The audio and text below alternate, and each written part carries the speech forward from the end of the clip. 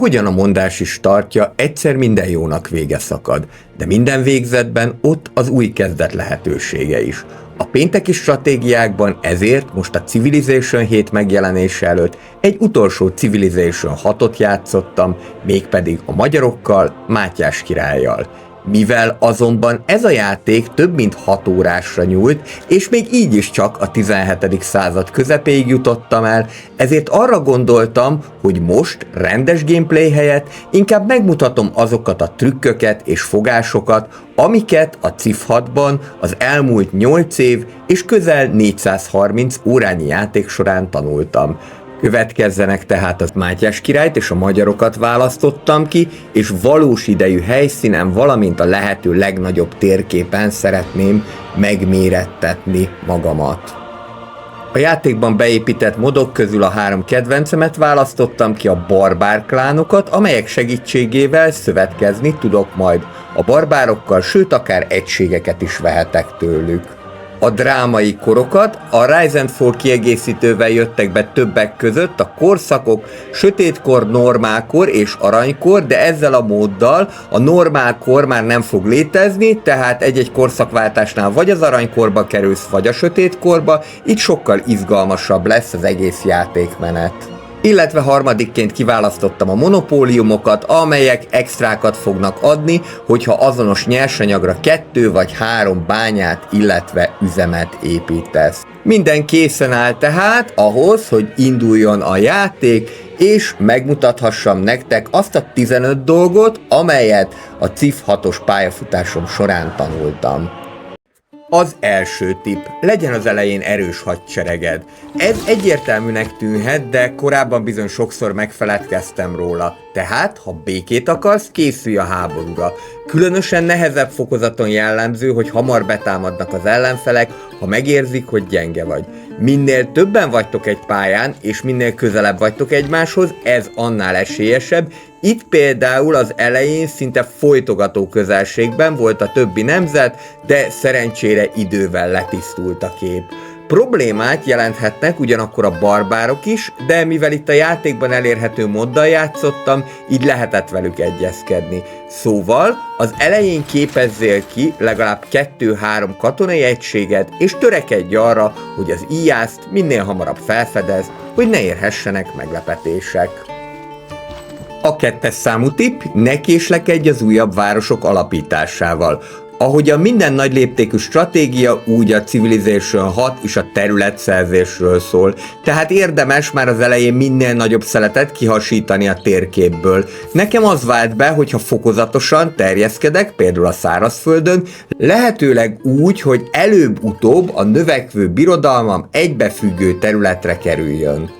Ne alapíts ugyanakkor túl közel városokat más birodalmakhoz. Egyrészről utálni fognak érte, így akár hadat is üzelhetnek neked, másrészről egy sötétkor vagy a meggyengülő lojalitás esetén simán az ő kezükre is kerülhet nagy gonddal felépített városod. Szerintem ez alól csak 2 kivétel lehet. 1. Hogyha valamilyen különösen értékes, máshol nem megszerezhető nyersanyag, vagy 2. Ha természeti csoda közelében tudod megalapítani a városodat. Mindkettő nagy előnyöket fog a későbbiekben jelenteni számodra, tehát ezért már érdemes lehet vállalni ezt a kockázatot. A harmadik tipp, igyekezz minél előbb vallást alapítani. A játékban a vallásnak számos előnye van, viszont a proféták révén ezek száma korlátozott. Vallást vagy úgy tudsz alapítani, hogy a szükséges hitpontokkal, fate, magadhoz hívsz egy profétát, vagy a Stonehenge világcsoda megépítésével rögtön vallásod is lesz. Minél később alapítasz vallást, annál több hitpont kell hozzá. A hitpontok megszerzésének elengedhetetlen feltétele egy vallási kerület építése, éppen ezért a kerületeknél általában ezzel szoktam kezdeni.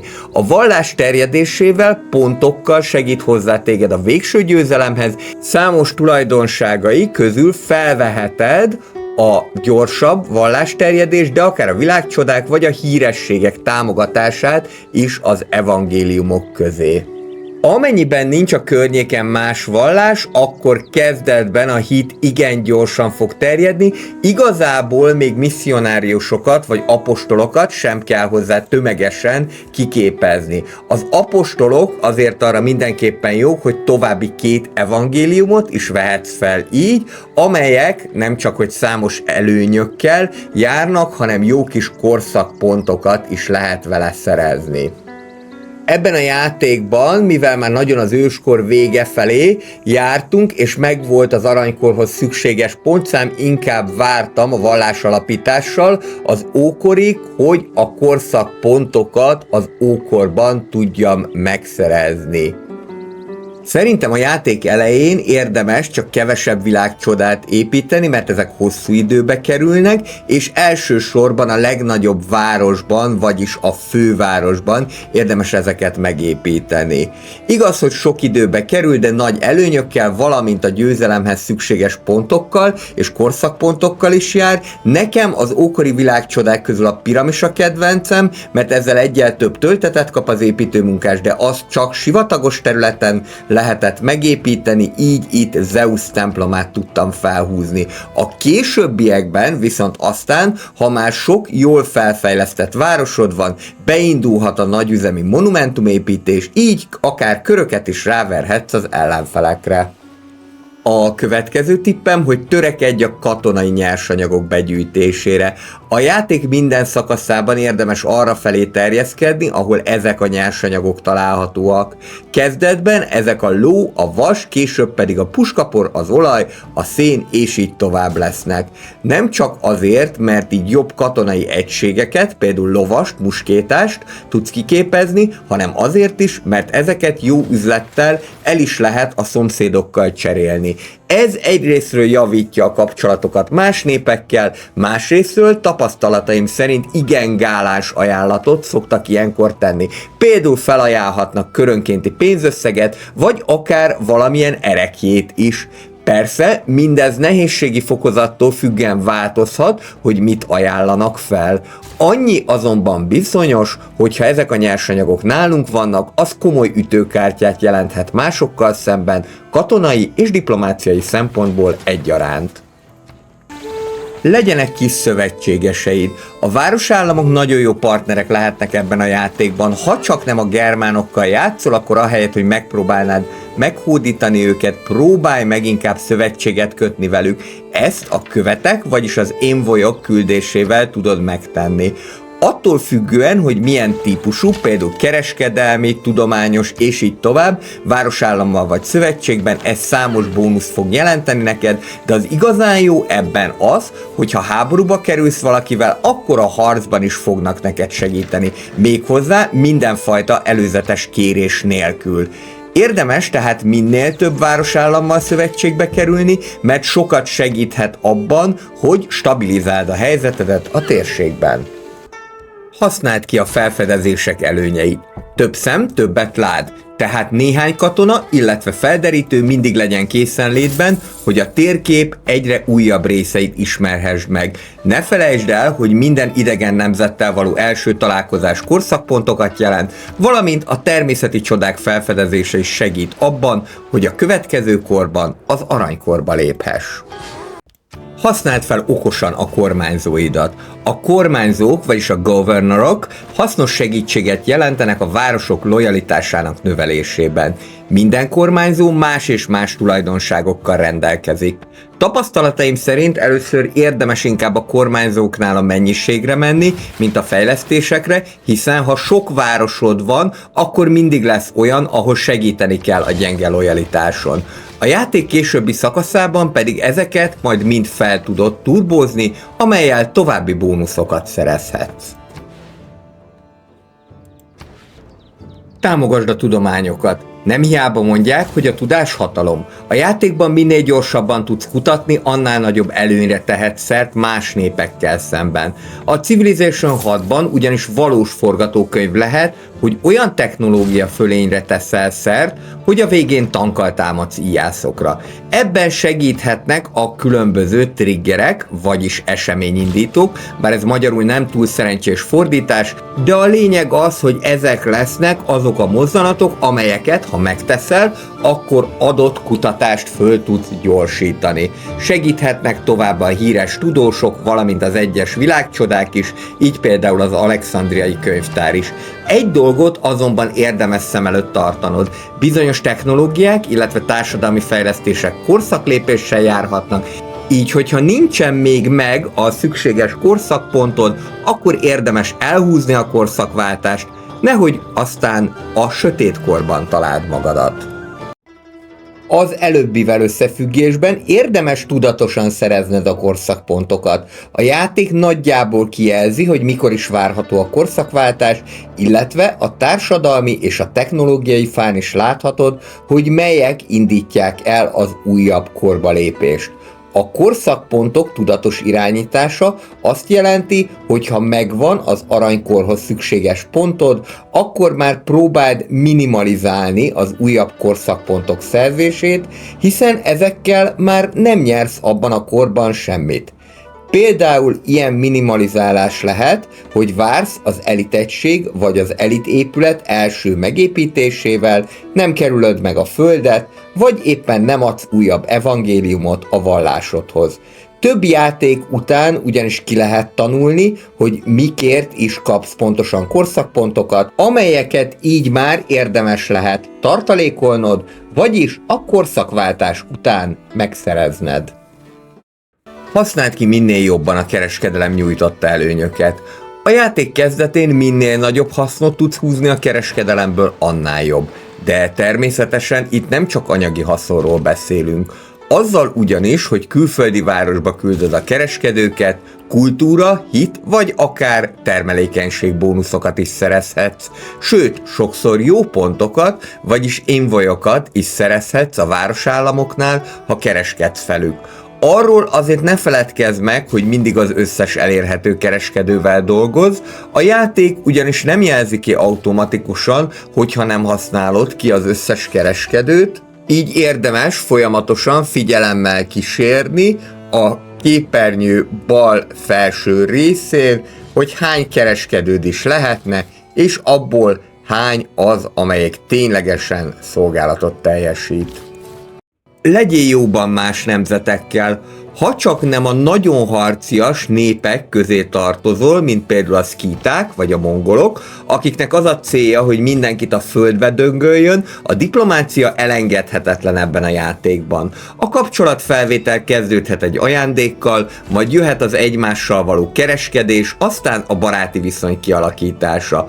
A Diplomatic Service technológia felfedezésével aztán következhetnek a kutatási, illetve az egyéb szövetségek, amelyek kölcsönös előnnyel járnak mindkét fél számára. Arra azért érdemes figyelni, hogy ne köss egyenlőtlen alkukat, például nagyon nagy technológiai fejlettségbeli különbség esetén nem biztos, hogy jó ötlet belemenni egy kutatási szövetségbe. Ne légy telhetetlen! Amikor háborúzol és fölénybe kerülsz az ellenfeleddel szemben, akkor érdemes nem mindent azonnal meghódítani, hanem több részletben felmorzsolni őt. Ha ugyanis az ide nekem az oroszlánt is taktikát folytatod, akkor a többiek háborús uszítónak fognak tartani, és akár szövetkezhetnek is ellened.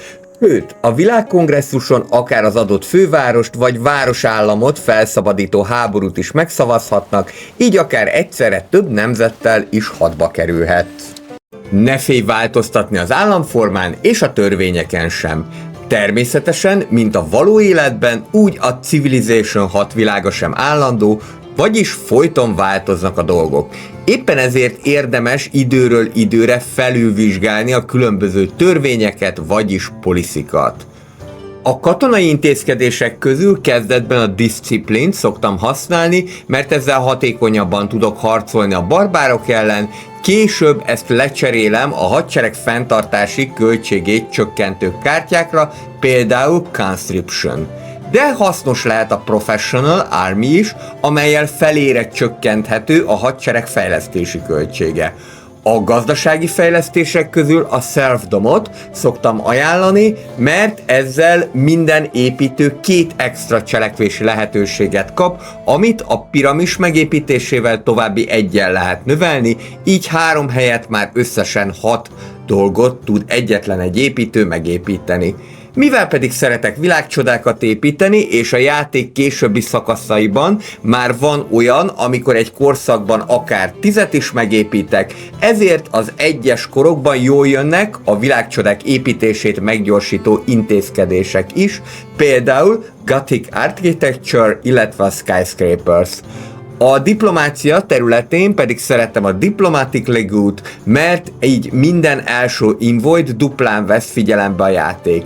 Természetesen számos más törvény, illetve intézkedés is létezik, érdemes tehát próbálgatni a különféle lehetőségeket, illetve amikor lehetőség van rá, cserélgetni is ezeket, attól függően például, hogy milyen típusú híres emberre van szükséged. Hasznosak lehetnek továbbá az aranykorral elérhető poliszik is, például gyakran szoktam használni a Monumentality-t, mert ez lehetővé teszi, hogy pénz helyett vallási pontokért vehessél civil egységeket, mint például építőt, vagy akár telepest is. Tarts szem előtt a többféle győzelem lehetőségét. A játékban a leginkább magától értetődő győzelem a pontokkal elért diadal, ám ehhez elég sokáig kell pörgetni a köröket, s bizony az a tapasztalatom, hogy az atomkortól kezdve már hajlamos belassulni a játék.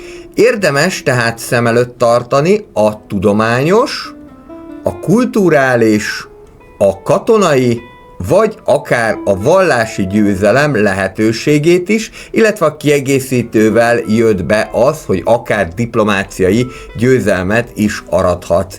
Ezek mindig népcsoporttól és adott játéktól függőek, hogy melyiket érdemes megcéloznod. A Civilization 6-ban pedig jelenleg mintegy 50 féle civilizáció található, hogyha mindegyik kiegészítővel rendelkezel. Hosszú órákba kerülne tehát minden lehetőséget számba venni, úgyhogy erre ajánlom a Civilization Wikipedia oldalát, a civilization.fandom.com-ot. Itt részletes infókat kaphatsz nem csak a győzelmi kondíciókról, hanem az egyes népcsoportok jellemzőiről, a különböző policyekről és még sok minden másról is. Nagyon hasznos oldal, bátran ajánlom a böngészését, ha szeretnél egy átfogó képet látni a Civilization 6-ról, illetve a Civilization 7-ről is.